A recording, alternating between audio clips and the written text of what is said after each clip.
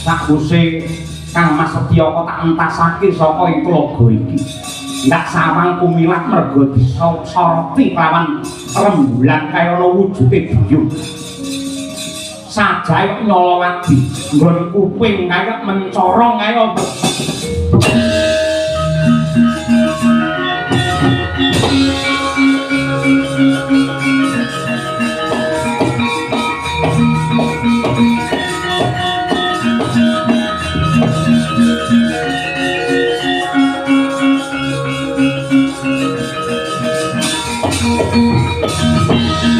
mangkono tanggap ing sasmita nenggih Raden Antasena.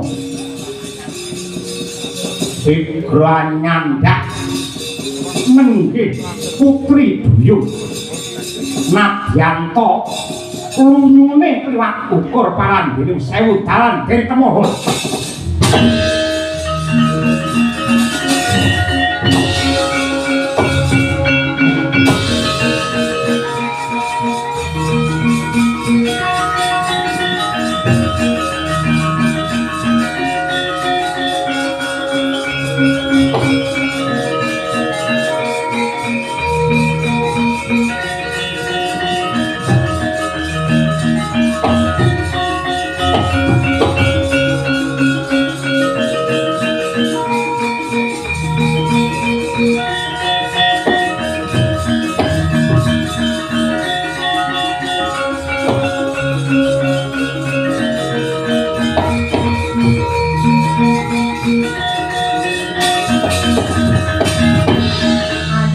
Burine Werkudara Janaka. Oke niku. Umur iki mawon Koko Prabu. Penemban matrika. Inggih ngaturaken kawilujengan rawuh paduka sinuwun Prabu Ndarawati. Jumbuh kelawan encan semayan ripalungguhan iki dimanggara kasih. Putraku Setyaka ndak suwanake ning pertapan kene lan jangkep sak pangombonge sarta srasrane pisan. Nanging kula pangapunten sinuwun. Anak kula pun Anjarsari. Kula mboten ngerti sangkan paraning belai ngantos samangke judheg kula mboten manggihaken. Langsung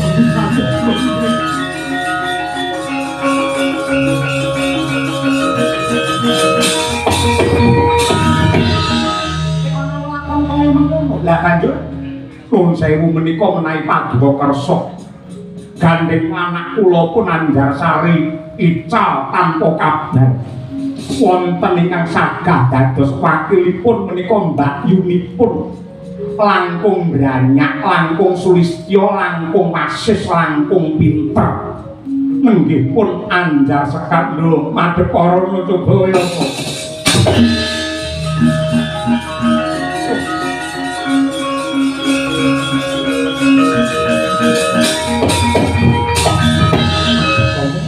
Menawi kalian menika kula mboten kemanten. Nuwun sewu. Nadyanto kula pitados bilih paduka sampun nontonaken judul kula kaliyan pun Anjarsari menawi dipun gantos ndakyunipun kok raos kula mboten sekeca. Nanging yo mung kanthi lelakon iki Setyaka kanggo nambah rasa wirang. Yen pancen kersane Resi Watrika kaya mungkono dadi anak sing becik anane mung tutulan bangun iku. Kula kang mangkono lakon iki tampanan kanthi lila legawa mesti mengko bakal ana bak ingkang sinambi tumrap kamulyanira.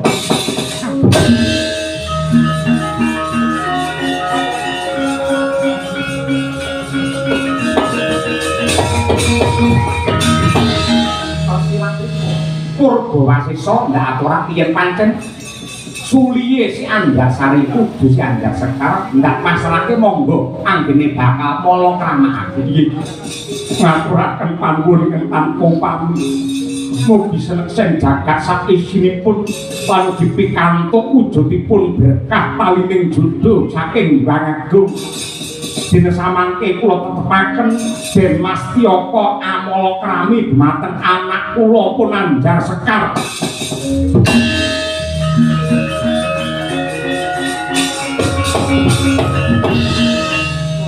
Gandheri panggon samangke kula kalian jenengan kok sampun kala krami monggo. Monggo Bu, monggo Bu. Ngapunten dereng gadah wawasan ingkang jangkemu ditata alon-alon.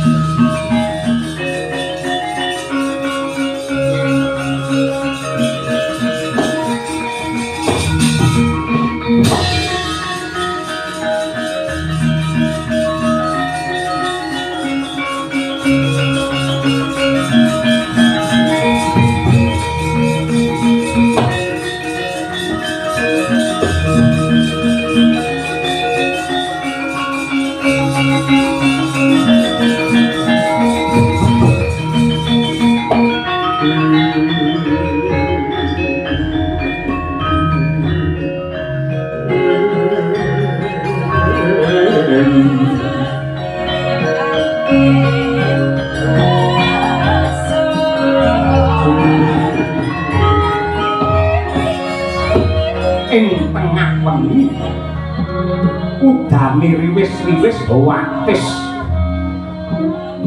saya dadi yen ngumbang nafsu nggih sak Andarsekar parandene Raden Mas Tiyaka babar pisan datang kelanggati dengan mapan wonten ing patenggang kawis tinggal sang Andarsekar wis kepati yen Nindra Rakapan nggih Raden Tiyaka emut dumateng Sang Murni ingkang nalika semanten anembangaken ingkang kuwati ndodhok dumateng jajanira lolonan sigra anyandak tanganira nenggih Sang Andarsekar dan lih ing pagulingan rangkangan lolonan ciptaning griya nenggih Sang Setyaka ngoyak marang jatining katresnan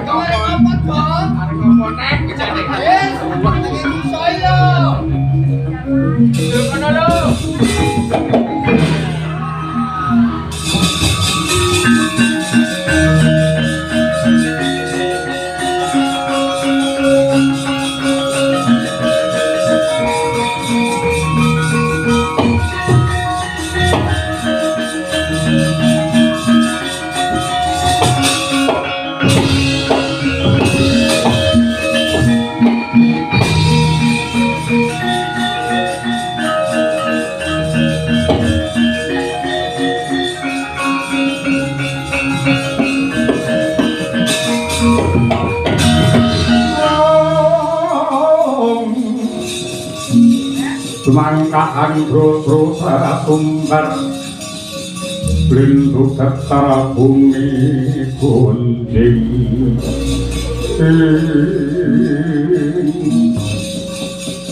Wis den pikut cinandak datang soebat nenggih pun putri Buyu mangkono Sang Antasena asta ingkang kanan anyepeng wujudipun kembang mawar ingkang mapan wonten sumping alok den bedol wani babar jati wujud Andarsari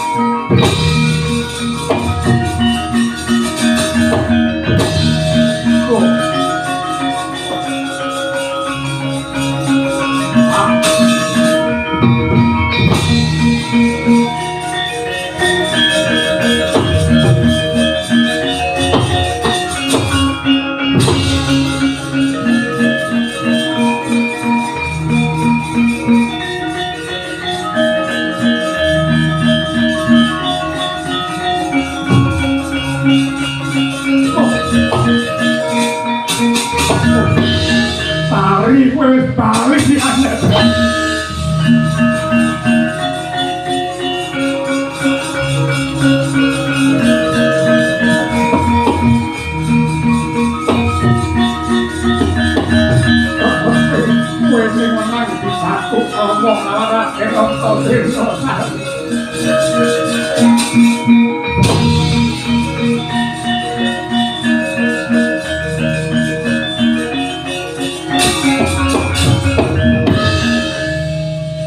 dipun kala tamaken kaliyan kula napa Antasena? Lho ngono iki wong tuwa iki kaya ngono kuwi. Sing dikarepe ya kowe kok. Kok lah ya kae sing jenenge Andarsari. Aku jane wis ndodho wong rasa tumrap lalakon iki tek semune ana sing janji. Lah tujune kok pangeran ki Maha Adil satemah lelakune lakone kaya mangke. Lah banjur kula mboten tresna kaliyan pun Anjar Sekar Pak. Keringetipun Pak ambune mboten ora. Kecing. Kalau wis ana Andarsari iku lho, dadine piye ya?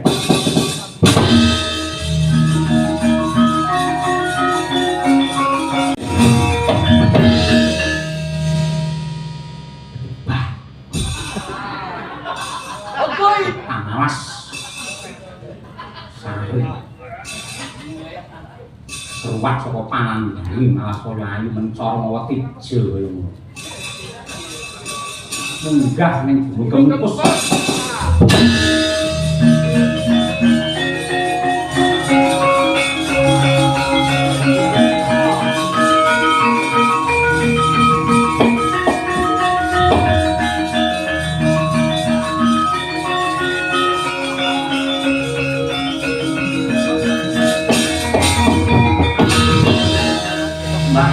Rawuh neh. Kangen karo bae. Piye wis lakon Kangen karo bae. adine piye wis wujude kaya apa? Jaluk meneh. Sarate balene pesen pas. Sari pancen kelakon.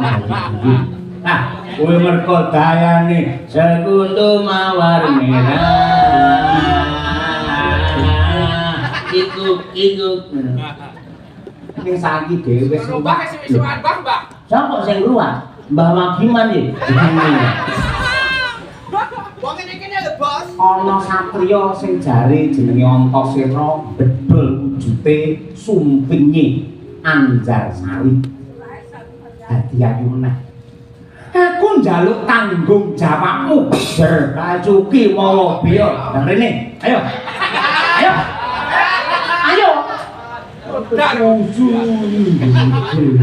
Ayo, Mbah, jamu sik, Mbah. Kadane susuan, Mbah. Susuan, Mbah, susuan, Mbah. Ngono. Modal serapat dia. Sak menit. Kesusu. Belakangnya aku dadak jamu dhisik kowe tekan robo. Sesuai dari penyakit Mbah. Rimalungguan iki gandeng tak turuti kan dadi nepsumu. Ayo. Sari kudu mati. Aja kaget yen wujudku widul. Wow.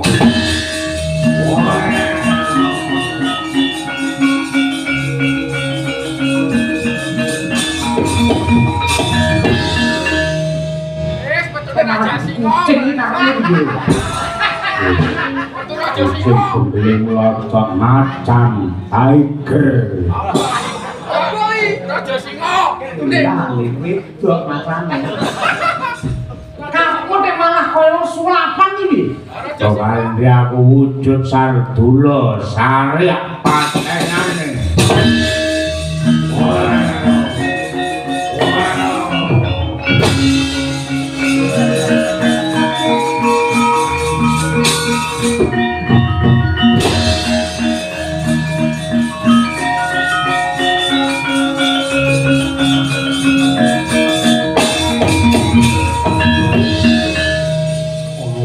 Sardula sing gedhe sak jaran teji.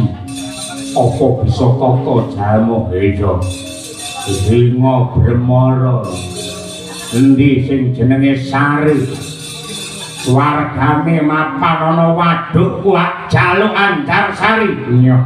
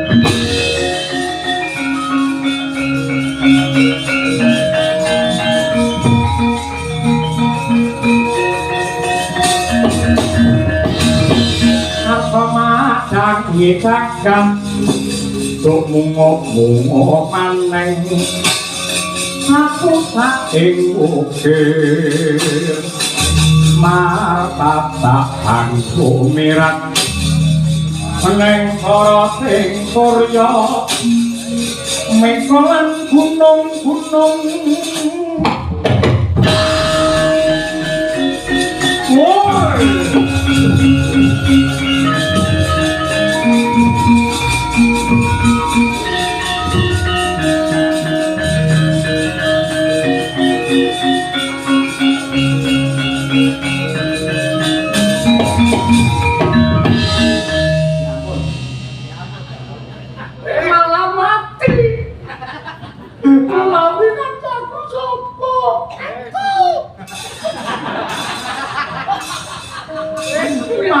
bantu aku sapa?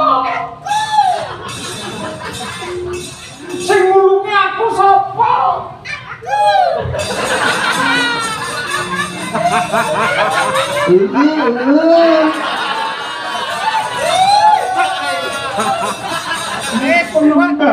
Penemban ngobrol welakonmu nek kok ngono.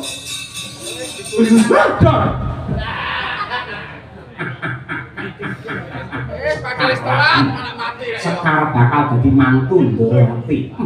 Treng kentik, treng kentik, treng kentik, treng kentik, delar katuk, delar katuk, nak tuntut, landeng bentak.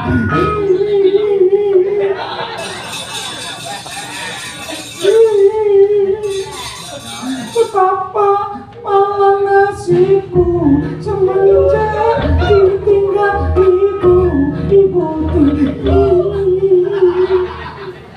dan tungtang yang tak duduk